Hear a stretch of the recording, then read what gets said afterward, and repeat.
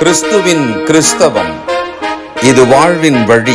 Christianity of Christ. This is the way of life. பரிசுத்த ஆண்டவர் இயேசு கிறிஸ்துவின் இனிய நாமத்தில் உங்களுக்கு வாழ்த்துக்கள். தேவனுடைய கிருபையும் சமாதானமும் நம் அனைவரோடும் கூட இருப்பதாக. அதிகமான படிப்பு, ஆனால் அதையும் தாண்டி அவர்கள் உள்ளத்தில் விதைக்கப்பட்ட ஒரு தீமை. ஆனால் அவர்கள் அதை நினைத்தது என்னமோ நீதி. மருத்துவம் படித்து மருத்துவராக பணியாற்றி கொண்டு ஒருவர் அதில் மருத்துவர்களுக்கு பேராசிரியராகவும் இருந்து, ஆனால் சில உயிர்களை கொல்ல வேண்டும், தன் எதிர்ப்பை காட்ட வேண்டும், பழிக்கு பழி வாங்க வேண்டும் என்று தூண்டப்பட்ட சிலர். டெல்லியில நடந்த வெடி விபத்துக்கு பின்னால இருக்கிற ஒரு உண்மை. அப்படியானால் ஒருவர் எவ்வளவு பெரிய கல்வி கற்றாலும், அவர் எவ்வளவு திறமைசாலியாக இருந்தாலும், அவர் எதற்கு தன்னை ஒப்பு கொடுக்கிறாரோ அதை தான் அவர் செய்கிறார். அப்போ நாம சில காரண காரியங்களால பொதுவாக நினைச்சு பார்க்கிறோம், ஒரு மருத்துவர்னா மற்ற உயிர்களை காப்பாற்றுகிற ஒரு பேசிக்கான ஒரு நீதி இருக்குமே அப்படின்னு நம்ம நினைச்சது உண்டு. ஆனால் விதிவிலக்காக உலகத்திலே மனிதர்கள் அதுக்கு நேர எதிராக கூட இருப்பான். கிறிஸ்துவுக்குள்ளே நாம் ரட்சிக்கப்பட்டு கிறிஸ்துவுக்குள்ளே வாழ்ந்து கொண்டிருக்கிறோம். கிறிஸ்துவுக்குள் இருந்தால் ஒருவர் இப்படிதான் இருக்கணும் அப்படின்னு நினைப்போம். ஆனால் அவர் நேர் எதிராக கூட இருக்கலாம்.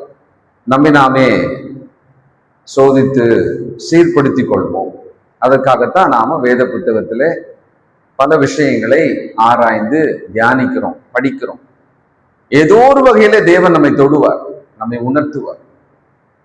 அது ஒவ்வொரு முறை கர்த்தருடைய வார்த்தையை கேட்கும் பொழுதும் அவரவர்களுக்கு எந்த இடத்துல அந்த மருந்து போய் வேலை செய்ய வேண்டுமோ அதுபோல கர்த்தருடைய ஆலோசனை வந்து நம்மை சந்திக்கும்.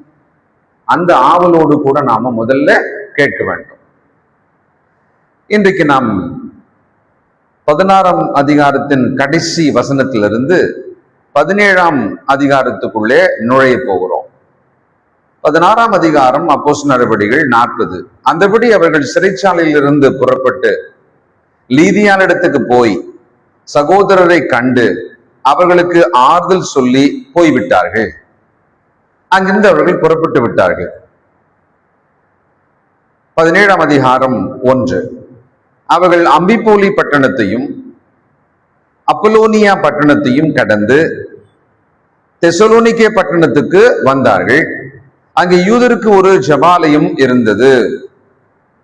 இங்கே பிலிப்பி பட்டணத்திலே ஊழியம் செய்து கொண்டு லீதியாள் என்கிற கனம் பொருந்திய ஒரு ஐஸ்வர்யமுள்ள ஸ்திரீ அவர்களோடு சேர்த்து சிலர் ரட்சிக்கப்பட்டார்கள். சிறைச்சாலை காவலன் அதிகாரி அவரும் அவருடைய வீட்டாரும் ரட்சிக்கப்பட்டார்கள். இவர்களை நாம் என்னன்னு சொல்லலாம்னா, தேவனுடைய ராஜ்யத்தை மிகுந்த ஆவலோடு கேட்டு கீழ்ப்படிந்த நேர்மையான இருதயங்கள். They were right with God, a honest hearted people.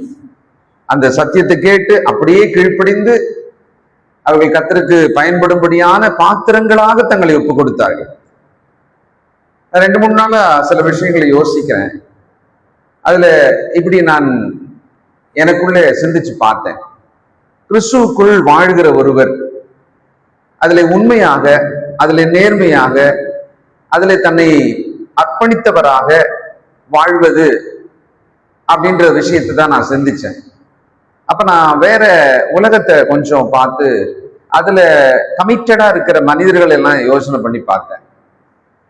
ஒரு குடும்பத்துக்காக தன்னை அர்ப்பணித்து தன்னை தியாகம் பண்ணி கரைத்து கொள்ளுகிற மனிதர் உண்டு. அது ஒரு சகோதரன், தாய், தகப்பன், யார் வேணாலும் இருக்கலாம். அவங்களுக்கு வாழ்க்கையில வேற எதுவுமே இருக்காது, எந்த யோசனையுமே இருக்காது, அவங்கள பத்தியே அவங்க திட்டமே இட மாட்டாங்க. அந்த மொத்த குடும்பத்துக்கும் தங்களை கரைத்து அவங்க கமிட்மெண்ட் பார்க்கலாம். ஒரு கிராமம், அந்த கிராமத்தோட வளர்ச்சி, அந்த கிராமத்துல இருக்கிற எல்லாருக்குமான நல்லது அப்படின்னு நினைச்சுக்குன்னு ஒருத்தர் இருப்பார். அவர் அதுக்குன்னே தன்னை கமிட் பண்ணியிருப்பார். அவருடைய சொந்த சுகம், வீடு, அதை பத்தி எல்லாம் கூட யோசிக்க மாட்டார். தன் வாழும் பகுதியில் இருக்கிறவர்களுக்கு தான் நன்மை செய்யணும்னு சொல்லிட்டு இரவு பகலா செய்வார். அங்க அவரோட கமிட்மெண்ட்டை பார்க்கலாம்.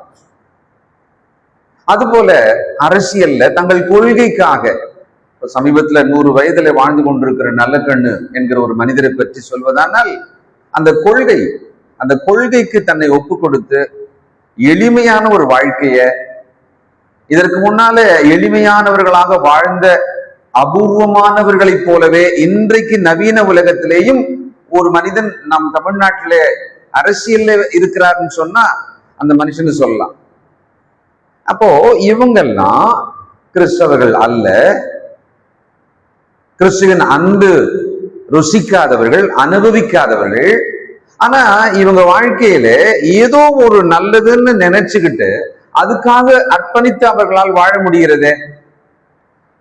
அப்படியானால் நாம் போதிக்கப்படுகிறோம், நீதி நமக்கு சொல்லிக் கொடுக்கப்படுகிறது, கர்த்தருடைய வசனத்தை கேட்டுக்கொண்டிருக்கிறோம். இப்படி இருக்கிற நாம் இந்த ஆவிக்குரிய விஷயத்துல நம்மளோட அந்த அர்ப்பணிப்பு, கமிட்மெண்ட் எவ்வளவு இருக்கிறது? இவங்களை எடுத்துக்கங்களேன், போற பட்டணத்துல எல்லாம் போய் ஊழியம் பண்ணுவாங்க. தெருவிலையோ, வீட்டிலேயோ, ஜபாலயத்திலேயோ, மரத்தடியிலேயோ, ஆத்தோரமாவோ கர்த்தருடைய வார்த்தையை சொல்றது மட்டும்தான் வேலை.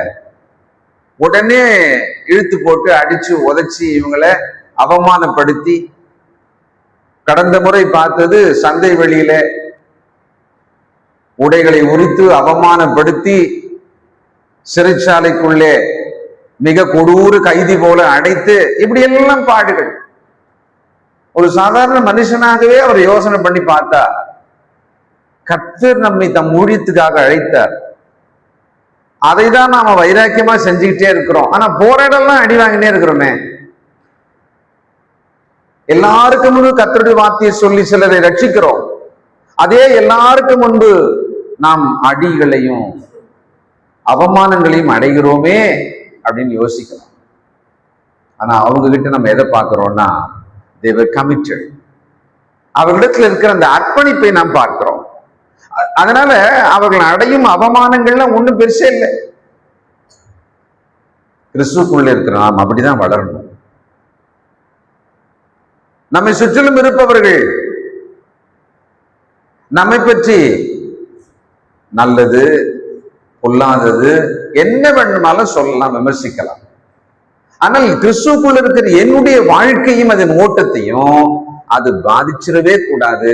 வேண்டுமானா அதெல்லாம் சேர்த்து அதை ஃபியூல் ஆக்கி, எரிபொருள் ஆக்கி, இன்னும் கர்த்தருக்குள் நான் வைராக்கியம் கொள்ள வேண்டும். இதை கற்றுக்கொள்வதற்கு தான் இவர்களுடைய வாழ்க்கையை, இந்த ஊழிய வாழ்க்கையை, இந்த தனி மனிதனோட சிலரோட வாழ்க்கையை நாம பார்த்துக்கிட்டே இருக்கோம்.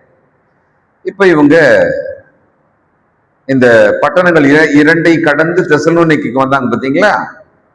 அப்படி வர்றதுக்கு அந்த காலத்துல எக்னேஷியன் அப்படின்ற ஒரு சாலை, கிரேக்கர் காலத்துல இருந்து ரோமர் காலத்துல இன்னைக்கும் அந்த சாலை இருக்கிறதா, ஒரு வர்த்தக சாலை. அது இந்த தெசலோனிக்கே பட்டணம்ன்றது ஒரு போர்ட், துறைமுகம் இருக்கிற ஒரு வர்த்தக பட்டணம். அது அன்னைக்கு வர்த்தக பட்டணங்கள் ரொம்ப வலுவா, ஐஸ்வர்யமா, அதிக கனவான்கள் இருக்கிற மாதிரி இருக்கும்னு சொன்னா அது எல்லாமே கடற்கரை ஓரமா அதிகபட்சமா இருக்கும். ஏன்னா கடல் வணிகம் தான் அப்போ முக்கியமா இருந்தது. வானூர்தி கிடையாது, ஏரோப்ளேன் கிடையாது, இல்ல ட்ரெயின்லாம் கிடையாது. அப்போ கடல் மார்க்கத்துல தான் மக்கள் பல தேசங்களுக்கு, கண்டங்களுக்கு போவாங்க. வியாபாரங்கள் அது வழியா தான் நடக்கும். அப்போ இது ஒரு நல்ல ஒரு செல்வம் செழிப்பான வணிகர்கள் நிறைந்த ஒரு வர்த்தக பட்டணம். அந்த பட்டணத்துக்கு வராங்க. அந்த பட்டணம் இன்னைக்கு இருக்கிற கரண்ட் நேம் வந்து சலோனிகா அப்படின்ற துறைமுகம் இன்னைக்கும் இருக்கான். அடுத்தது இந்த பிரசங்கத்தோட அணுகுமுறையை நாம இங்க கொஞ்சம் கூர்ந்து பார்த்தா சில வார்த்தைகளை நாம பார்க்கலாம். 2வது வசனத்திலிருந்து, பவுல் தன் வழக்கத்தின்படியே அவர்களிடத்தில் போய் 3 ஓய்வு நாட்களில் வேத வாக்கியங்களின் நியாயங்களை எடுத்து அவர்களுடனே சம்பாஷித்து, கிறிஸ்து பாடுபடவும் மரித்தோரிலிருந்து எழுந்திருக்கும் வேண்டியதென்றும் நான் உங்களுக்கு அறிவிக்கிற இந்த இயேசுவை கிறிஸ்து என்று காண்பித்து திஷ்டாந்தப்படுத்தினான். இங்க பயன்படுத்தப்பட்ட வார்த்தைகள் பாருங்க, எதுக்காக அப்படின்றதையும் பாருங்க. முதல்ல சம்பாஷித்தல், ஒரு சாதாரணமாக உரையாடல், சம்பாஷித்தல் அப்படின்றது. 2வது ஒன்றை அறிவிக்க தான் அந்த சம்பாஷணை, அந்த பேச்சு எதுக்குன்னா ஒன்றை அறிவிக்கிறார், to announce an important thing, right? 3வது ஒன்றை காண்பிக்கிறார், அவங்களுக்கு முன்னால ஒரு விஷயத்தை காண்பிக்கிறார். ஏன்னா அது அவங்களுக்கு ரொம்ப முக்கியமா தேவையா இருக்கிறது. அது அடுத்தது அதை விட கொஞ்சம் ஸ்ட்ராங்கான ஒரு வார்த்தை வருகிறது, திஷ்டாந்தப்படுத்தினார். என்ன அர்த்தம்னா சில ஆதாரங்களை எடுத்து சொல்றார், இது உண்மைதான், இது சத்தியம்தான் அப்படின்னு சொல்லி. அதனால ஒருவர் கர்த்தருடைய வார்த்தையை பிரசங்கிக்கிறார் என்று சொன்னால் அப்படி தொடங்கும், ஒரு சின்ன கதை வரும், உதாரணம் வரும், சில வசனங்கள் இருக்கும், முடிச்சிடலாம், இதான பிரசங்கம் அப்படின்னு சாதாரணமாகவும் நினைச்சிடலாம். ஆனால் அந்த ஒரு பிரசங்கத்துக்குள்ள, ஒரு இடத்துல அவர்களை விசுவாசத்துக்குள்ள வழிநடத்துற ஒரு பேச்சுவார்த்தைக்குள்ளே இவைகள் இருக்கிறது. சம்பாஷணை ஒரு கான்வர்சேஷன், உரையாடலாக தொடங்கும். அவர்களுக்கு அறிவிக்க வேண்டியதை அதிலே கொண்டு வர வேண்டும். அவர்களுக்கு நல்ல ஒரு பிக்சரைஸ் பண்ணி ஒரு தெளிவான ஒரு காட்சி போல காண்பிக்க வேண்டும். பிறகு ஆதாரங்களோடு அதை அவர்கள் மறுக்க முடியாத அளவுக்கு உறுதிப்படுத்தி திஷ்டாந்தமாக தெளிவாக அதை சொல்லணும். இப்படி இங்க பேசினாரா? எதை பத்தி பேசினாரு? யூதர்களுக்கு ஒரு மனநிலை இருந்தது, என்னன்னா சிலுவையில பாடுபட்டு மரித்த இயேசுவை மேசியாவாக ஒத்துக்க முடியல. அவங்க எதை ஒத்துக்கிறாங்க தெரியுங்களா? திருடின்னு போயிட்டாங்க, உயிர் தேடல, ஏதோ அப்போஸ்தலர்கள் ஏதோ பண்ணிட்டானுங்க, அதை ஒத்துக்கிறான், அதை நம்புறான். ஆனா இவர் தான் மேசியா அப்படின்னு சொன்னா, மரித்தோர் உயிர் தேட செய்தார், ஓரிடமெல்லாம் அற்புத அடையாளம் செய்தார், அதெல்லாம் ஒத்துக்கவே மாட்டேன்றான். இன்னை வரைக்கும் யூதர்களிலே ஒரு சிறுபான்மை கூட்டத்தார், சில ஆயிரங்கள் இயேசுவை மேசியாவாக ஏற்றுக்கொள்ளவே இல்லை. இன்னைக்கும் ஜெபாலயங்களை வைத்துக் கொண்டு அவர்கள் மேசியா வருவார் என்று காத்திருக்கிறார்களாம். எவ்வளவு ஆச்சரியமா இருக்கு பாருங்களேன். அப்போ சிலுவையிலே அறையப்பட்ட இயேசுவை அவர்களால் ஏத்துக்கவே முடியல. அப்போ பவுல் அங்க என்ன பண்றாருன்னா, அந்த யூத மக்களுக்கு கூடவே கிரேக்கர்களும் இருக்கிறாங்க, திஷ்டாந்தப்படுத்துகிறார், ஆதாரமாக சொல்லி காண்பிக்கிறாராம். இயேசு உயிர்த்தெழுந்தார், அவர் நமக்காக தான் சிலுவையிலே அறையப்பட்டார், அவர் ரட்சகராக இருக்கிறார் அப்படின்றத திஷ்டாந்தப்படுத்துறாராம். 1 கொரிந்தியர் 1ஆம் அதிகாரம் 23வது வசனம், நாங்களோ சிலுவையில் அறையப்பட்ட கிறிஸ்துவை பிரசங்கிக்கிறோம், அவர் யூதருக்கு இடரெல்லாம் இருக்கிறாரா? அது என்ன, அதெல்லாம் ஒத்துக்க முடியாது. அவர் மேசியா கிடையாது. தச்சனுடைய மகன் கண்ணெதிர்க்க பாக்குற மாதிரி இருக்கிற சரீர விஷயங்கள் எல்லாம் ஒத்துக்கிறாங்க, கட்டுக்கதையை கூட ஒத்துக்கிறாங்க. ஆனா சத்தியத்தை ஒத்துக்க மாட்டாங்க. ரொம்ப இடரலாக இருக்கிறதாம். ஆண்டவர் இயேசுவை பற்றிய விஷயங்கள் அவளுக்கு ரொம்ப இடரலாக இருக்கிறது. கிரேக்கருக்கு பைத்தியமா இருக்கிறார். அவன் ஒருபடி மேல போயிட்டான். அவன் பைத்தியக்காரன் தானே, இதெல்லாம் பேசாதீங்க, இதெல்லாம் கொண்டு வராதீங்க அப்படின்ற அளவுக்கு கிரேக்கர்கள் நினைக்கிறாங்களாம். அப்படிப்பட்டவர்களுக்கு சிலுவையில் அறையப்பட்ட அந்த இயேசுவை அவர் ரட்சகர் என்றும் அவர்தான் மேசியா என்றும் என்று திஷ்டாந்தப்படுத்தி ஆதாரத்தோட அவங்களுக்கு பேசுறாராம். அப்படி பேசின பிறகு நேர்மையான இருதயங்கள்ல என்ன நடக்கும் அப்படின்னா, லூக்கா 8:8 வாசிக்கிற மாதிரி நல்ல நிலத்துல விழுந்த விதைகள் பலன் கொடுக்கும். அது நேர்மையான இருதயம், ஹானஸ்ட் ஹார்ட். சத்தியத்தை கேட்ட உடனே, வசனத்தை கேட்ட உடனே அதை உள்வாங்கி அதை ஏற்றுக்கொண்டு அதை நம்பி அதற்கென்று தன்னை ஒப்பு கொடுக்கிற கீழ்ப்படுகிற இருதயம் அது. இது ஞானஸ்தானம் எடுக்கும் போது மட்டும் இருந்துட்டு அதுக்கப்புறமா இல்லாம போயிடக்கூடாது. சாகிற வரைக்கும் சத்தியத்தை ஏற்றுக்கொள்ளுகிற, அதற்கு கீழ்ப்படுகிற மனதாகிய அந்த நேர்மையான மனம் எப்பொழுதும் நமக்கு தேவைப்படுகிறது. அவங்க அதை கேட்டுட்டு இருந்தாங்க. 17ஆம் அதிகாரம் 4ஆம் வசனம், அவர்களில் சிலரும் பக்தியுள்ள கிரேக்கரில் திரளான ஜனங்களும் கனம் பொருந்திய ஸ்திரீகளில் அநேகரும் விசுவாசித்து பவுலையும் சீலாவையும் சேர்ந்து கொண்டார்கள். இப்ப தீமோத்தேயு அங்க காணோம், லூக்காவும் இல்லை. 2 பேரும் உள்ள இருக்கிற மாதிரியான ஒரு எழுத்து அங்க இல்லை. அதனால அவர்கள் பிலிப்பிலேயே தங்கி இருக்கலாம். சரி, இப்ப நமக்கு என்ன விஷயம்னா, சிலரும், இது யாரா இருக்கும்? அவர்களில் சிலரும் யூதர்கள். ஏன்னா அடுத்தது பிரிச்சாச்சு, பக்தி உள்ள கிரேக்கரில் திரளான ஜனங்களும். 2வது, அடுத்தது கனம் பொருந்திய ஸ்திரீகளில் அநேகரும் விசுவாசித்து பவுலையும் சீலாவையும் சேர்ந்து கொண்டார்கள். பாருங்களேன், அவர்கள் இயேசுக்கு கீழ்ப்படிந்தார்கள், அவர்கள் சுவிசேஷ கீழ்ப்படிந்தார்கள் சொன்னாலும் கூட அந்த சொன்ன அந்த ஊழியக்காரனோடு சேர்ந்து கொண்டார்கள் அப்படின்ற ஒரு லாங்குவேஜில் அங்க சொல்றாரு. அது ரொம்ப ஆச்சரியமா தான் இருக்கு. அதனாலதான் கொரிந்தியர்ல வரும் பொழுது முதல் அதிகாரத்திலேயே ஒரு கொஞ்சம் பிரச்சனை ஒண்ணு அங்க இருந்திருக்குது. அவங்களுக்குள்ள ஒரு பேச்சு இருந்திருக்கு, ஒரு நம்பிக்கை இருந்திருக்கு. என்ன, யார் தங்களுக்கு ஞானஸ்தானம் கொடுத்தாங்களோ நாங்கெல்லாம் அவங்க ஆளு அப்படின்னு சொல்ல ஆரம்பிச்சிட்டாங்களாம். அது என்னமோ அவங்களுக்கு ஒரு இஷ்டமா, அது ஒரு சில நேரத்துல ஒரு பெருமையா கூட இருந்திருக்கிறது. நாங்கள் பவுலை சேர்ந்தவர்கள், பவுல் ஞானஸ்தானம் கொடுத்தவங்க கொஞ்சம் பேர், நாங்கள் பேதுருவை சேர்ந்தவர்கள், நாங்கள் அப்பல்லோவை சேர்ந்த, இந்த மாதிரி அவங்க அப்படி மனிதர்களோடு தங்களை ஒப்பிட்டு அப்படின்னு சொல்ற மாதிரி சொல்லுவாங்க. சில நேரத்துல கூட நான் பிரிட்டிஷ் காலத்திலேயே அப்படின்வாங்க, நான் இவரோட ஆட்சி காலத்துல இந்த கவர்னர் இருக்கும்போது நான் அங்க வேலை செஞ்சேன். அப்போ அதை இணைத்து சொல்லும் போது அது ஒரு பெருமிதம் தான். இந்த மக்கள் பவுலையும் சீலாவையும் சேர்ந்து கொண்டார்கள். அர்த்தம் என்ன? அவர்கள் இயேசுனுடைய வார்த்தையை ஏற்றுக்கொண்டார்கள். அதுல அந்த மக்களோட அந்த பிரிவுகளை பார்த்தா, யூதர்களில் சிலர், கிரேக்கர்கள் அநேகர், கனம் பொருந்திய ஸ்திரீகளில் அநேகர். கனம் பொருந்திய ஸ்திரீகள்னு சொல்ல வேண்டிய ஒரு ஒரு தனி விஷயத்தை ஆவியானவர் அங்க குறிப்பிடுறார். அது ஒரு ஸ்பெஷல் அப்படின்னு அங்க குறிப்பிடுறார். கிறிஸ்துக்குள்ள கீழ்ப்படிப்பவர்கள் யாரும் இருக்கலாம், எல்லாருமே இருக்கலாம். அதுல இந்த கனம் பொருந்திய ஸ்திரீகள் சொல்லும் பொழுது அவர்கள் கர்த்தருக்காக பயன்படும் நபர்களாக நிச்சயமா இருக்க வாய்ப்பு இருக்கு. அடுத்தது, இங்க தெசலோனிக்கேல என்ன மாதிரியான பிரசங்கம் பண்ணிருப்பாங்க, எப்படி பேசியிருப்பாங்க, ஒரு சில விஷயங்களை நாம பார்க்கலாம். 1 தெசலோனிக்கேர் போலாம், 1ஆம் அதிகாரம் 5, 6.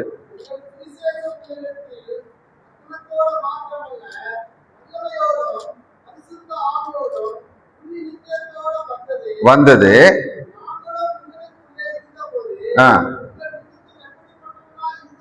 உங்கள் நிமித்தம் எப்படிப்பட்டவர்களா இருந்தோம் என்று அறிந்திருக்கிறீர்களே. நீங்கள் மிகுந்த உபத்திரவத்துல சந்தோஷத்தோட ஏற்றுக்கொண்டு, அப்ப அந்த தெசலோனிக்கே பட்டணத்துல கர்த்தரை ஏற்றுக்கொண்டவர்கள் துன்பப்பட்டிருக்காங்க, மிகுந்த உபத்திரவத்துல அவங்க கஷ்டப்பட்டிருக்காங்க.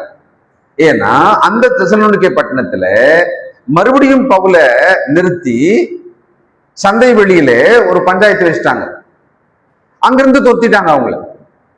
ஆனால் அவருடைய கொஞ்ச காலம் 3 ஓய்வு நாளில ஜபாலயங்கள்ல போயிட்டு கர்த்தருடைய வார்த்தையை சொல்லிட்டே இருந்திருக்கிறாங்க. ஆனா தெசலோனிக்கேல இருந்த நல்ல மனிதர்கள் உபத்திரவங்களுக்குள்ள இருந்திருக்காங்க. அவர்கள் சத்தியத்தை ஏற்றுக்கொள்ற விஷயத்திலையும் கொஞ்சம் கூடுதல் உபத்திரம் அவங்க பட்டிருப்பாங்க. அதை அவங்க நிருபம் எழுதும் பொழுது மென்ஷன் பண்றாரு. 9, 10 வசனங்கள். ஏனெனில் அவர்கள் தாமே எங்களை குறித்து உங்களிடத்தில் நாங்கள் அடைந்த பிரவேசம் என்னதென்பதையும் ஜீவனுள்ள மெய்யான தேவனுக்கு ஊழியம் செய்வதற்கு நீங்கள் விக்கிரகங்களை விட்டு தேவனிடத்துக்கு மனம் திரும்பினதையும். அப்போ அந்த மக்கள் விக்கிரகங்களுக்கு ஆராதனை செய்து கொண்டிருந்தவர்கள் மனம் திரும்பி இருக்காங்களாம். அப்போ அங்க பவுல் அவங்களுக்கு என்ன சொல்லியிருப்பாரு? விக்கிரக ஆராதனையினுடைய தேவ அருவருப்பை பற்றி சொல்லியிருப்பார். தேவ வசனம் என்ன சொன்னதுன்றதை சொல்லியிருப்பாரு. அதுல இருந்து அவங்க தைரியமா வெளியில மனம் திரும்பி இருக்காங்க. அவர் மரித்தோரிலிருந்து எழுப்பினவரும் இனிவரும் கோமாக்கினின் என்று நம்மை நீங்களாக்கி ரட்சிக்கிறவருமாயிருக்கிற அவருடைய குமாரனாகிய இயேசு பரலோகத்திலிருந்து வருவதை நீங்கள் எதிர்பார்த்து கொண்டிருக்கிறதையும் அறிவிக்கிறார்கள். அடுத்தது 2ஆம் அதிகாரம் 2வது வசனம். உங்களுக்கு தெரிந்திருக்கிறபடி முன்னே பிலிப்பி பட்டணத்திலே நாங்கள் பாடுபட்டு நிந்தை அடைந்திருந்தும் வெகு போராட்டத்தோட தேவனுடைய சுவிசேஷத்தை உங்களுக்கு சொல்லும்படி நம்முடைய தேவனுக்கு உள் தைரியம் கொண்டிருந்தோம். பிலிப்பி பட்டணம், அதுக்கு அடுத்துதான் தெசலோனிக்கு வந்திருக்காங்க. மென்ஷன் பண்ற அங்க ரொம்ப போராட்டம், அங்க ரொம்ப கஷ்டப்பட்டோம் நாங்க. ஆனா போராட்டத்தோட உங்ககிட்ட வந்தோம், உங்ககிட்ட வந்து உங்களுக்கு நாங்க சத்தியத்தை சொன்னோம். 7, 8 உங்களிடத்தில் பட்சமாய் நடந்து கொண்டோம். பால் கொடுக்கிற தாயானவள் தன் பிள்ளைகளை காப்பாற்றுகிறது போல நாங்கள் உங்கள் மேல் வாஞ்சியா இருந்து தேவனுடைய சுவிசேஷத்தை உங்களுக்கு கொடுத்ததும் அல்லாமல் நீங்கள் எங்களுக்கு பிரியமானவர்களானபடியினாலே எங்கள் ஜீவனையும் உங்களுக்கு கொடுக்க மனதா இருந்தோம். ரொம்ப அருமையான மக்களா இருந்திருக்காங்க அந்த மக்கள். அவருடைய கீழ்ப்படிதல் தான் அந்த ஊழியக்காரனுக்கு ரொம்ப பெரிய சந்தோஷம். ஒரு ஊழியக்காரனுக்கு ஒருத்தரை பார்த்தா எப்ப சந்தோஷம், எவ்வளவு அதிக சந்தோஷம் வரும்னு சொன்னா, அந்த நபர் கர்த்தருக்கு பயந்து கர்த்தருக்கு கீழ்ப்படுகிறவராக நடந்தால் அந்த ஊழியக்காரனுக்கு ரொம்ப சந்தோஷமா இருக்கும். எங்களையே நாங்க உங்களுக்காக கொடுத்துற அளவுக்கு நாங்க இருந்தோம். ஏன்னா உங்க கீழ்ப்படிதல், விக்கிரகாரத்துல இருந்து வெளியே வந்தீங்க, உபத்திரவத்துல இருந்து கீழ்ப்படிஞ்சீங்க. உங்களை வழிநடத்துகிற ஒரு ஊழியக்காரனுடைய அன்புக்கு பாத்திரமாகவும் நீங்கள் இருக்கணும். அப்படி இருக்கிறதுக்கு ஒரே வழி, நீங்கள் கர்த்தரை நேசித்து கர்த்தருக்கு கீழ்ப்படிவராக இருந்தால் போதும். அது மட்டும் போதும். அவர் ரொம்ப சந்தோஷமா, ஏன்னா இவங்களாம் கிரீடம் வேற சொல்றாரு ஒரு இடத்துல, என் சந்தோஷம் என் கிரீடமானவர்கள் என்ற தெசலோனிக்கே மக்கள் தான். 9 சகோதரரே, நாங்கள் பட்ட பிரயாசம் வருத்தம் உங்களுக்கு ஞாபகமா இருக்கும். உங்களில் ஒருவனுக்கும் பாரமாயிராதபடிக்கு இரவும் பகலும் நாங்கள் வேலை செய்து தேவனுடைய சுவிசேஷத்தை உங்களிடத்தில் பிரசங்கித்தோம். அப்ப தெசலோனிக்கே பட்டணத்துல அவங்க எப்படி ஊழியம் பண்ணியிருக்காங்க? தங்கள் சொந்த கைகளால் வேலை செய்து அவளுக்கு பாரம் கொடுக்காம. ஏற்கனவே அவங்களுக்கு உபத்திரவம் இருக்கிறது, ஏதோ ஒரு கஷ்டம் நெருக்கடி அவங்களுக்கு இருக்கிறது. கிரேக்கர் அல்லது யூத மக்களிலே பெரும்பான்மையானவர்களாலே கஷ்டம் இருக்கிறது. இவர்கள் கிறிஸ்துக்குள்ள வந்தா கிரேக்கருக்கும் பிடிக்காது ஒரு பக்கம், வைராக்கியமான அந்த யூதர்களுக்கும் பிடிக்காது இன்னொரு பக்கம். இதுக்கு நடுவுல இவங்க கிறிஸ்துக்குள்ள வந்து அதுல இவங்க நிலைத்திருக்கணும். அப்ப அவங்க அதுல எவ்வளவு அழகா கீழ்ப்படிஞ்சாங்கன்றத பார்த்து ரொம்ப சந்தோஷம். இன்றைக்கு நீண்டகால கிறிஸ்துக்குள்ளே வாழ்ந்து கொண்டிருக்கிற நாம் கர்த்தருடைய வசனங்களுக்கு நம்முடைய கீழ்ப்படிதல் எந்த அளவுக்கு இருக்கிறது, எவ்வளவு அதுக்கான மதிப்பு நாம சொல்றதா இருந்தா எப்படி சொல்லலாம்? ஏன்னா கர்த்தரை உணர்ந்து அவரை புரிந்து அவருடைய அன்பை உணர்ந்து வாழுகிற ஒரு ஆளாக நாம இருந்தோம்னா அவருக்கு கீழ்ப்படுகிற கீழ்ப்படிதல் ஆரம்பத்துல அவ்வளவா இல்ல, இப்ப ரொம்ப அவருக்கு நான் உடனடியாக எல்லாத்துக்கும் நான் கீழ்ப்படிஞ்சிருவேன் அப்படின்ற மாதிரி இருந்தா சந்தோஷம். ஒரு எஜமானுக்கு நாம் கீழ்ப்படுகிற விஷயத்துல எப்படி நடக்கும்? பொதுவா ஆரம்பத்துல கீழ்ப்படிதல் பயத்தோட பக்தியோட ரொம்ப கவனமா ரொம்ப இமீடியட்டா இருக்கும். சில ஆண்டுகளுக்கு பிறகு அதே எஜமானுக்கு நேர்மையற்ற ஒரு ஊழியக்காரனாக இருந்தால் அவன் சரியா கீழ்ப்படியவே மாட்டான். ஆனால் உண்மையுள்ள ஊழியக்காரனாக இருந்தா ஆரம்பத்துல கீழ்ப்படிந்ததை விட இன்னும் தன்னையே ஒப்பு கொடுத்தவன் கீழ்ப்படிவான். நம்முடைய கிறிஸ்துவ கீழ்ப்படிதல் எப்படி இருக்கிறது? அறிவிலே வளர்ந்து கொண்டே இருக்கிறோம் வசனத்துல, ஆனா கிறிஸ்துவுக்கு கீழ்ப்படுகிற விஷயத்துல எவ்வளவு வளர்ந்து கொண்டிருக்கிறோம்? இந்த தெசலோனிக்கே மக்களுக்கு அவர் செய்த ஊழியம், அவருக்கும் உபத்திரவம் தான், அந்த ஜனங்களும் உபத்திரவப்பட்டவங்க தான். அதுல இருக்கிறாங்க. அவங்களோட உண்மையை பார்த்தா இவருக்கு ரொம்ப சந்தோஷமா இருக்கு. அதை அந்த நிருபங்கள்ல அவர் குறிப்பிடுகிறார். 13வது வசனம் 2ஆம் அதிகாரம் 1 தெசலோனிக்கேயர். ஆகையால் நீங்கள் தேவ வசனத்தை எங்களாலே கேள்விப்பட்டு ஏற்றுக்கொண்ட போது, பாருங்களேன், அதை மனுஷ வசனமாக ஏற்றுக்கொள்ளாமல் தேவ வசனமாகவே ஏற்றுக்கொண்டதனால் நாங்கள் இடைவிடாமல் தேவனுக்கு ஸ்தோத்திரம் செலுத்துகிறோம். அது மெய்யாகவே தேவ வசனம்தான். விசுவாசிக்கிற உங்களுக்குள்ளே அது பலனும் செய்கிறது. ஒரு கிறிஸ்தவனோட வாழ்க்கையில அவர்கள் கேட்டுக்கொண்டிருக்கிற வசனமானது பலன் செய்ய வேண்டுமா? ரொம்ப பலவீனமா இருக்காப்பா, மெலிஞ்சு போயிருது உடம்பு, சத்தே இல்லை அப்படின்னு சொல்லிட்டு ரொம்ப கவனமா 15, 16 பொருட்கள் 18 பொருட்களை போட்டு ஒரு சத்து மாவு எடுத்துட்டு வந்து கொடுத்துட்டு ஒரு 10 நாளைக்கு சாப்பிடுங்க பாருங்க அப்படின்றாங்க. 10 நாளைக்கு சாப்பிட்டாச்சு. அதுக்கப்புறமா போய் பாக்குறாங்க, பார்த்தா அதே எலும்பு தோலாவே இருந்தா எப்படி இருக்கும்? சாப்பிட்டானா இல்லையா? சரி, சாப்பிட்டது நின்னுச்சா வயிற்றுல இல்லையா? என்ன ஆச்சு அப்படின்னா, சாப்பிட்ட நாளெல்லாம் வயிற்றுலயே நிக்கல, பிரயோஜனமே இல்லை.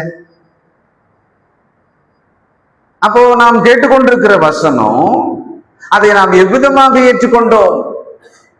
அது தேவ வசனமாக அவர்கள் ஏற்றுக்கொண்டார்களாம், கர்த்தருடைய சத்தமாக அதை ஏற்றுக்கொண்டார்களாம். ஆண்டுகள் செல்ல செல்ல இந்த கர்த்தருடைய வசனத்தை பற்றிய அறிவு வளர வளர அந்த கர்த்தருடைய வசனத்தை நாம கேட்கிற விதம், அதை புரிந்து கொள்கிற விதம், அதுக்கு கீழ்ப்படுகிற விதம், அதுல மாற்றம் இருக்க வேண்டும். அப்படி இல்லாவிட்டால் காலகாலமாக கர்த்தருடைய வசனத்தை கேட்டு கொஞ்சம் கூட மாற்றம், சுபாவத்துல மாற்றம், குணங்கள்ல மாற்றம், செயல்ல மாற்றமே இல்லாம ஒரு ஆள் இருந்தா எப்படி ஒத்துக்கிறது? அவங்கள எப்படி அவங்களை கிறிஸ்தவங்களா ஏத்துக்கிறது? நிதானமும் பக்குவமும் தாழ்மையும் சாந்தமும் எதுவுமே இல்லைன்னு வச்சுக்கீங்களேன். இந்த தெசலோனிக்கே பட்டணத்தாரை பற்றி இந்த ஊழியக்காரனுக்கு ரொம்ப பெருமிதம். அங்கே ஊழியம் செய்ததை பற்றி ரொம்ப மகிழ்ச்சியா பெருமிதமா அவர் பேசுறார். அப்படி அந்த ஊழியத்தை அங்கு செய்திருக்கிறாங்க. இரவு பகலாய் ஊழியம் செய்தார்களாம். 4ஆம் அதிகாரம் 2-3. கர்த்தராகிய இயேசுவினாலே நாங்கள் உங்களுக்கு கொடுத்த கட்டளைகளை அறிந்திருக்கிறீர்களே, நீங்கள் பரிசுத்தம் உள்ளவர்களாக வேண்டும் என்பதே தேவனுடைய சித்தமா இருக்கிறது. அந்தபடி நீங்கள் வேசி மார்க்கத்துக்கு விலகி இருந்து தேவனை அறியாத அஞ்ஞானிகளைப் போல மோக இச்சைக்கு உட்படாமல், அந்த பட்டணம் சொன்ன நான் ஏற்கனவே ஒரு போர்ட் சிட்டி, துறைமுகம் இருக்கிறது. அப்படின்னா துறைமுகம் இருக்கிற பட்டணம் செல்வ செழிப்பா இருக்கும், கூடவே பாவங்கள் நிறைந்திருக்கும். அங்க எதெல்லாம் இறக்குமதி ஆகுமோ பொருட்கள், பொன் வெள்ளி, அதே மாதிரி பாவமும் இறக்குமதி ஆயிடும். இது உலகம் முழுவதும் இன்னை வரைக்கும் இந்த பேட்டர்ன்ல தான் இருக்கும். உலகமானது கடற்கரை பட்டணங்களிலே பாவங்கள் பெருகி இருக்கிறது. அக்காலத்திலே வெளிநாட்டவர்கள் வந்து சேர்கிற இடம் அங்கதான் இருக்கும். அப்போ வேசி மார்க்கத்துக்கு விலகிருங்கள், மோகைச்சுக்கு உட்படாதிருங்கள், உங்களை பரிசுத்தமாய் காத்துக் கொள்ளுங்கள், இதற்கே நீங்கள் அழைக்கப்பட்டீர்கள் அப்படின்ற ஒரு எச்சரிக்கையும் அவங்க சொல்லிக் கொடுக்கிறார். 6வது வசனம், இந்த விஷயத்தில் ஒருவனும் மீறாமலும் தன் சகோதரனை வஞ்சியாமலும் இருக்க வேண்டும். முன்னமே நாங்கள் உங்களுக்கு சொல்லி சாட்சியாக எச்சரித்தபடியே இப்படிப்பட்ட விஷயங்கள் எல்லாவற்றையும் குறித்து கர்த்தர் நீதியை சரிகட்டுவராக இருக்கிறார். அப்போ அந்த போதனை அவளுக்கு ரொம்ப தேவைப்பட்டிருக்கிறது. உங்கள் உறவிலே, உங்கள் திருமண உடன்படிக்கை உறவிலே உண்மையா இருக்கணும். ஏன்னா அப்படி இல்லாத ஒரு சமூகம் அது, அப்படி ஒரு பட்டணமா இருந்திருக்கிறது. அப்போ அன்னைக்கு சொல்லி இருக்கிறார் பிரசங்கம் பண்ணிட்டு, இப்ப நிருபத்திலே அவர் எழுதியும் காண்பிக்கிறார். 2 தெசலோனிக்கேயர் 2ஆம் அதிகாரம் 15வது வசனம். ஆகையால் சகோதரே, நீங்கள் நிலை கொண்டு வார்த்தையினாலாவது நிருபத்தினாலாவது நாங்கள் உங்களுக்கு உபதேசித்த முறைமைகளை கை கொள்ளுங்கள். நிலை கொண்டு, steadfast, be strong and firm, சத்தியத்துக்குள்ளே நிலைத்திருங்கள். 3ஆம் அதிகாரம் 10வது வசனம். ஒருவன் வேலை செய்ய மனதில்லாதிருந்தால் அவன் சாப்பிடவும் கூடாது என்று நாங்கள் உங்களிடத்தில் இருந்தபோது உங்களுக்கு கட்டளையிட்டோமே. அப்ப தெசலோனிக்கே பட்டணத்துல அங்க இருக்கும் போதே சொன்ன எல்லாமே பெரிய பெரிய விஷயங்களா இருக்குது. வேலை செய்வதை பற்றி, ஒருவருக்கொருவர் சரீர பிரகாரமான தங்கள் கற்பை பரிசுத்தத்தை காப்பாற்றி வாழ்வதை பற்றி, திருமண உடன்படிக்கையில் உண்மையை பற்றி, இதெல்லாம் அங்க பேசியிருக்கிறார், பிரசங்கம் பண்ணியிருக்கிறார். பிறகு நிருபத்திலேயே அவரை நினைப்பூட்டுகிறார் மறுபடியும். அப்படி ஊழியங்களை அவங்க பிரசங்கம்லாம் பண்ணி செஞ்சுட்டே இருந்திருக்காங்க. இப்போ அப்போஸ்தலர் நடவடிக்கைகள் 17ஆம் அதிகாரம் 5 முதல். விசுவாசியாத யூதர்கள் வைராக்கியம் கொண்டு வீணராகிய சில பொல்லாதவர்களை சேர்த்து கொண்டு கூட்டம் கூடி பட்டணத்தில் அமளி உண்டாக்கி யாசேனுடைய வீட்டை வளைந்து கொண்டு அவர்களை பட்டணத்தாருக்கு முன்பாக இழுத்து கொண்டு வர வகை தேடினார்கள். இவங்க ஒருத்தர் அடைக்கலம் கொடுத்திருக்காங்க, அவருடைய வீட்டுல இவங்க இருக்கிறாங்க, அங்கிருந்துதான் ஊழியம் பண்ணிட்டு இருக்கிறாங்க. இப்போ விசுவாசியாத யூதர்கள், அதுல வைராக்கியமானவர்கள், இவங்க யாரா? வீணர், பொல்லாதவர்கள் இவங்க. அப்படியானால் கர்த்தருக்கு விரோதமாக எழும்புகிறதற்கு ஒண்ணு வேணா, சில கலவரங்கள்லாம் நடக்கும். அப்போ மூன்று முகமே தெரியாத மாதிரி இருப்பாங்க, திடீர்னு வருவாங்க, அங்க ஒரு பெரிய கலவரம் நடக்கும். என்னன்னு பார்த்தா யாரோ ஏவினவர்களாக அவங்க இருப்பாங்க, கைக்கூலிகளாக இருப்பாங்க. அவங்க அந்த கலவரம் பண்றதுக்குன்னே வெல் ட்ரெயின்டு பர்சனா இருப்பாங்க, அதுக்குன்னே இருப்பாங்க, எந்த ஊர் வேணாலும் போவாங்க அவங்க. பாருங்க, அன்னைக்கே இருந்திருக்கிறது. வீணர் எந்த வேலையும் செய்ய மாட்டான். அவர்கள் ஒரு சாரார் அவங்களுக்கு ஒரு பணம் கொடுத்து, அங்க வாப்பா கொஞ்சம் இந்த மாதிரி 4 விஷயத்தை அப்படி சொல்லிவிடு, ஜன்னலுக்கு முன்னால ஒரு பிரச்சனை ஆகணும், எங்க இருந்தோ வந்து நம்ம ஏரியால வந்து இவன் ப்ராப்ளம் பண்ணிட்டு இருக்கிறான், இதெல்லாம் சரியில்லை அப்படின்னு சொன்னாங்கன்னா இவங்க வந்துருவாங்க. இன்றைக்கும் அப்படிப்பட்ட மனிதர்கள் இருக்கிறாங்க. அவர்கள் பணத்துக்காக கலகங்களை உண்டாக்குவார்கள், மக்கள் நடுவிலே கலகத்தை உண்டாக்குவார்கள். நாம் இந்த மாதிரியான மனிதர்களுக்கு நடுவில் இருக்கிறோம், நம்ம கூட வாழ்ந்துட்டு இருக்கோம். நம் சமுதாயத்துக்கு நடுவில் இப்படியெல்லாம் இருப்பாங்க. அவங்க அமளி உண்டாக்குகிற கூட்டம் கூட்டிட்டாங்களாம், பட்டணத்துல வளைந்து கொண்டார்களாம். எவ்வளவு சீரியஸா போயிருக்கு பாருங்களேன். 6ஆம் வசனம், அவர்களை காணாமல் யாசேனையும் சில சகோதரரையும் பட்டணத்து அதிகார இடத்தில் இழுத்து கொண்டு வந்து, யாசேன் இவங்களை சேஃப் பண்ணிட்டுக்கிறார். சில சகோதரர்கள்னா அப்ப கீழ்ப்படிந்த கிறிஸ்தவர்கள், உலகத்தை கலக்குகிறவர்கள் இங்கேயும் வந்திருக்கிறார்கள். இவங்க இதை எப்படி சொன்னாங்க? கோபமா தானே சொன்னான், திட்டினான் இல்ல, ரொம்ப கோபமா எரிச்சல சொல்றான். ஆனா சொன்னதுல கூட ஒரு நல்ல பாயிண்ட் சொல்லியிருக்கான். இதை நல்லா எடுத்துக்கலாம். உலகத்தை கலக்குகிறவர்கள், கொஞ்சம் நம்ம ஏரியாவை கலக்கிறவன் கூட சொல்லலையாம். இது ஒரு நல்ல சொற்றோட. கர்த்தருடைய ஊழியத்தை செய்கிற மனுஷன் அந்த பட்டணத்திலே சிலரை ரட்சித்த அந்த விஷயத்த, ஏன்னா இவங்களுக்கு விஷயம் வந்திருக்குது, பிலிப்பி பட்டணத்துல இப்படிதான் பண்ணாங்களாம், தொத்தி விட்டாங்களாம், அடிச்சாங்களாம், இவங்களை ஜெயில போட்டாங்களாம், யூதர்கள்ல நிறைய பேர் அங்க கிறிஸ்தவங்கள் ஆயிட்டாங்களாம், அப்படி விஷயம் பரவும் இல்லையா? அப்போ இவங்களை இவன் என்ன முத்திரை குத்திட்டான்? உலகத்தை கலக்குகிறவர்கள் இங்கே வந்திருக்கிறார்கள். இன்னைக்கு நிச்சயமா உலகத்தை கலக்குகிறவர்களாக அநேகருக்கு நடுவில் கர்த்தருடைய சத்தியத்தை, ஊழியத்தை சொல்லி செய்ய வேண்டிய அவசியம் இருக்கு. அப்போ ஒரு பாராட்டா கூட நம்ம எடுத்துக்கலாம். 8ஆம் வசனம், இவைகளை கேட்டுக்கொண்டிருந்த ஜனங்களையும் பட்டணத்து அதிகாரிகளையும் கலங்க பண்ணினார்கள். பின்பு அவர்கள் யாசனிடத்திலும் மற்றவரிடத்திலும் ஜாமீன் வாங்கி கொண்டு அவர்களை விட்டு விட்டார்கள். அப்படின்னா இந்த பிரச்சனைக்கு அவர்களை துரத்த வேண்டும் என்பது ஒரு காரணம் தான். அதை விட இவனுக்கு பெரிய காரணம் ஒன்று இருக்குது. ஜாமீன் வாங்கிட்ட பிறகு அப்படியே விட்டான்.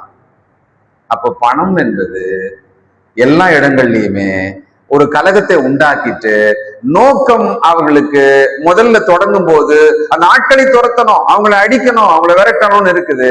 அதை விட ரொம்ப முக்கியமா இவங்களுக்கு எது இருக்கு? பணம் வாங்கிட்டு அவங்கள விட்டுடலான்ற அளவுக்கு என்ன பண்ணாங்களா? ஜாமீன் வாங்கி அவர்களை அனுப்பிவிட்டார்கள். 10ஆம் வசனம்,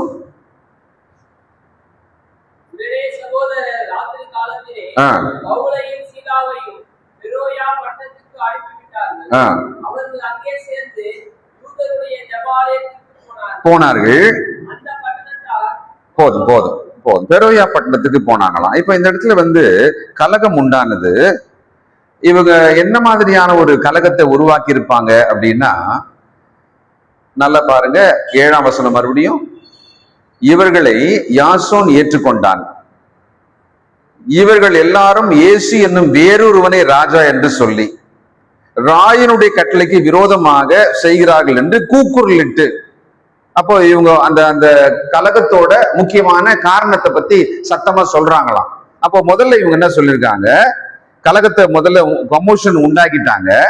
புதிய சீசருக்கு எதிரான ஒரு ராஜாவை பத்தி இவங்க கொண்டு வராங்க. லூக்கா 23:2,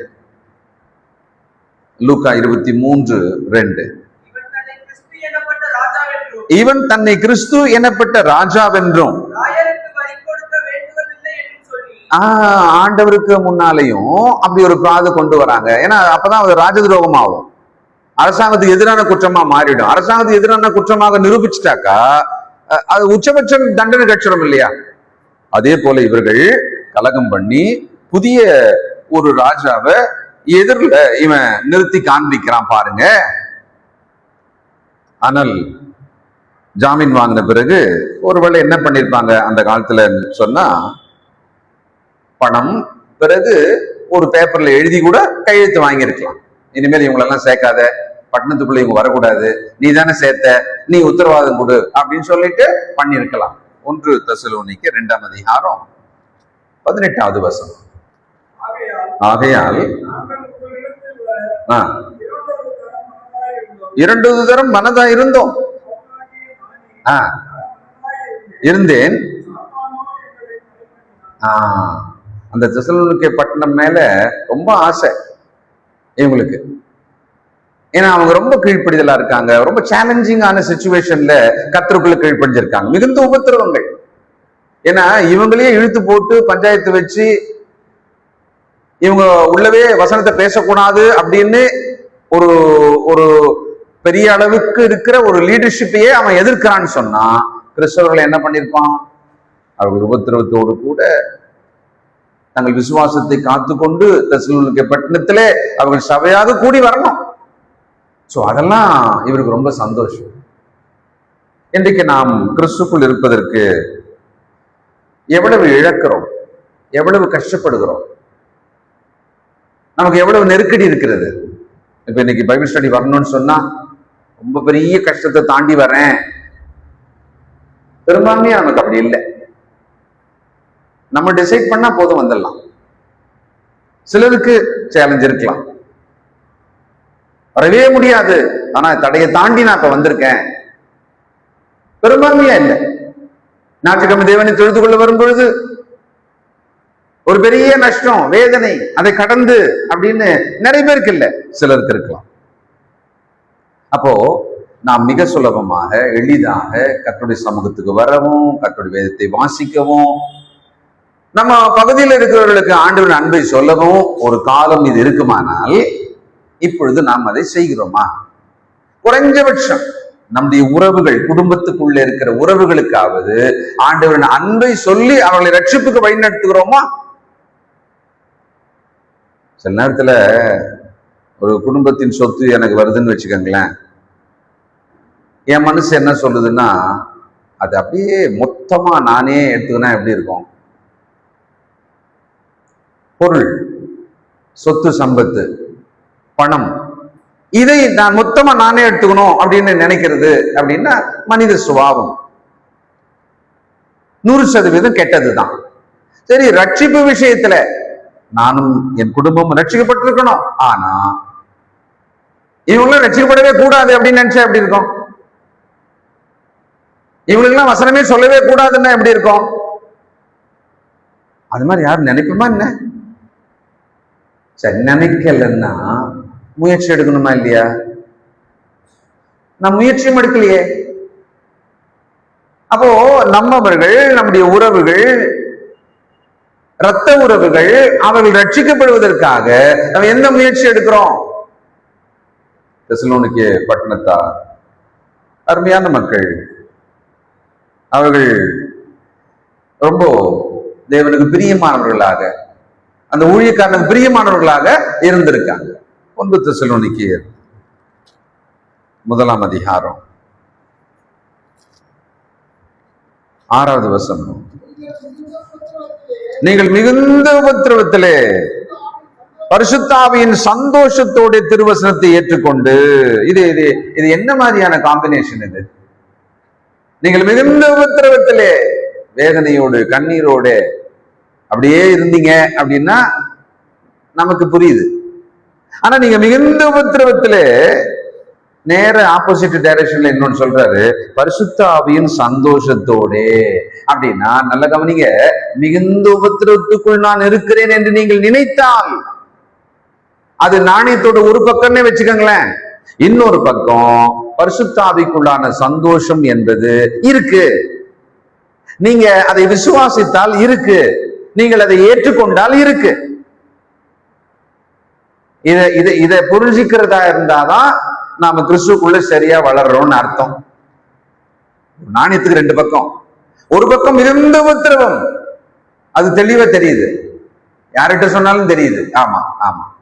ஆனா அந்த நாணயத்துக்கு இன்னொரு பக்கம் இருக்கிறது, பரிசுத்த ஆவிக்குள்ளான சந்தோஷம். அது என்ன மாதிரியான பரிசுத்த ஆவிக்குள்ளான சந்தோஷமா இருக்கும்? அந்த வசனம் எப்படி முடியுதுன்னு பாருங்களேன். பரிசுத்த ஆவிக்குள்ளான அந்த சந்தோஷத்தோட திருவசனத்தை ஏற்றுக்கொண்டு, அப்படியானால் அந்த பரிசுத்த ஆவிக்குள்ளான சந்தோஷம் எதுவா இருக்கும்னா திருவசனத்தை ஏற்றுக்கொள்ளுகிறது இருக்குது. பார்த்தீங்களா, அந்த வாஞ்சை தான், அந்த ஏற்றுக்கொள்ளுதல் தான் அந்த சந்தோஷத்தோட அடையாளம். ரொம்ப வேதனையா இருக்கு எனக்கு, ரொம்ப வாழ்க்கையில வெறுத்து போயிருக்கிறான். நான் இப்போ சபைக்கு என்னால வரவே முடியாது. வந்தா கூட வேணும்னா நான் சில மாதிரி வேணா உட்காந்துட்டு வந்துடுறேன். பாட்டெல்லாம் பாட முடியாது, ஜபம்லாம் என்னால் பண்ணவே முடியாது, வசனத்தை கேட்கவே முடியாது என்னால. வீட்டுல ஜபம் அதெல்லாம் வாய்ப்பே கிடையாது, எனக்கு மனசே இல்லை. நான் மிகுந்த உபத்திரத்தில் இருக்கிறேன். இந்த சிம்டம் எல்லாம் சொன்னா கரெக்ட். ஆனா பாருங்க, இந்த நபர் மிகுந்த உபத்திரவத்துல ஒரு பக்கம் இருக்கிறாராம், இன்னொரு பக்கம் பார்த்தா திருவசனத்தை கேட்கறதுல கொஞ்சம் கூட சலிக்கலையாம்.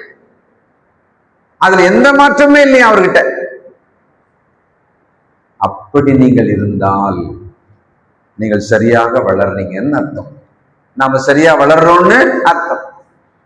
வெறுமனே கர்த்தருடைய வசனத்தை ஒரு சத்தமாவே கேட்டுட்டு இன்னைக்கு இதை கேட்டோம் அப்படின்னு மாத்திரம் விட்டுட்டு வாழ்க்கையில கிறிஸ்துவுக்குள்ளான அந்த குணாதிசயம், பாவனை, நடை இதுல எல்லாம் மாற்றமே இல்லாம இருந்தா, கண்ணாடி முன்னால் நின்று நம்மளே கேட்டு பார்ப்போம்.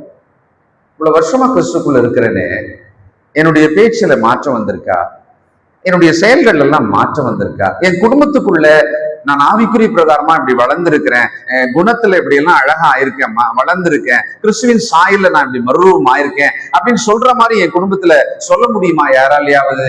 யோசிச்சு பாருங்களேன் கொஞ்சம். Validating yourself. உங்களை நீங்க மதிப்பிட்டு பார்த்துக்கொள்ளுங்க. ஏன்னா வசனம் சொல்லுது, நான் சொல்றேன், அவனவன் தன் தன் சுய கிரியைகளை சோதித்து பார்க்க கடவன், அப்பொழுது அவன் தன்னை பார்க்கும் போது பிறரை பார்ப்பதற்கும் பிறரை வேலிடேஷன் பண்றதுக்கும் நமக்கு ரொம்ப ஈஸியா முடியும். ஆனா நம்மை பார்க்கலாம். இந்த தெசலோனிக்கே பட்டணத்தார் மிகுந்த உபத்திரவத்துல, பாவம் நிறைந்த ஒரு சமூகத்துக்கு நடுவில் ஒரு ஊழியக்காரன் அவர்களை பாராட்டி சொல்றாரு, என் சந்தோஷம் கிரீடமானவர்களே அப்படின்றார். அப்படியானால் அவங்க எப்படிப்பட்ட ஒரு கீழ்ப்பிடிதல, ஒரு பயபக்திய காண்பிச்சிருப்பாங்க. ரொம்ப சாதாரண மக்கள்லாம் கிடையாது, கனம் குருந்திய ஸ்திரீகள் நிறைய பேர் அங்க கீழ்ப்படிஞ்சிருக்காங்க.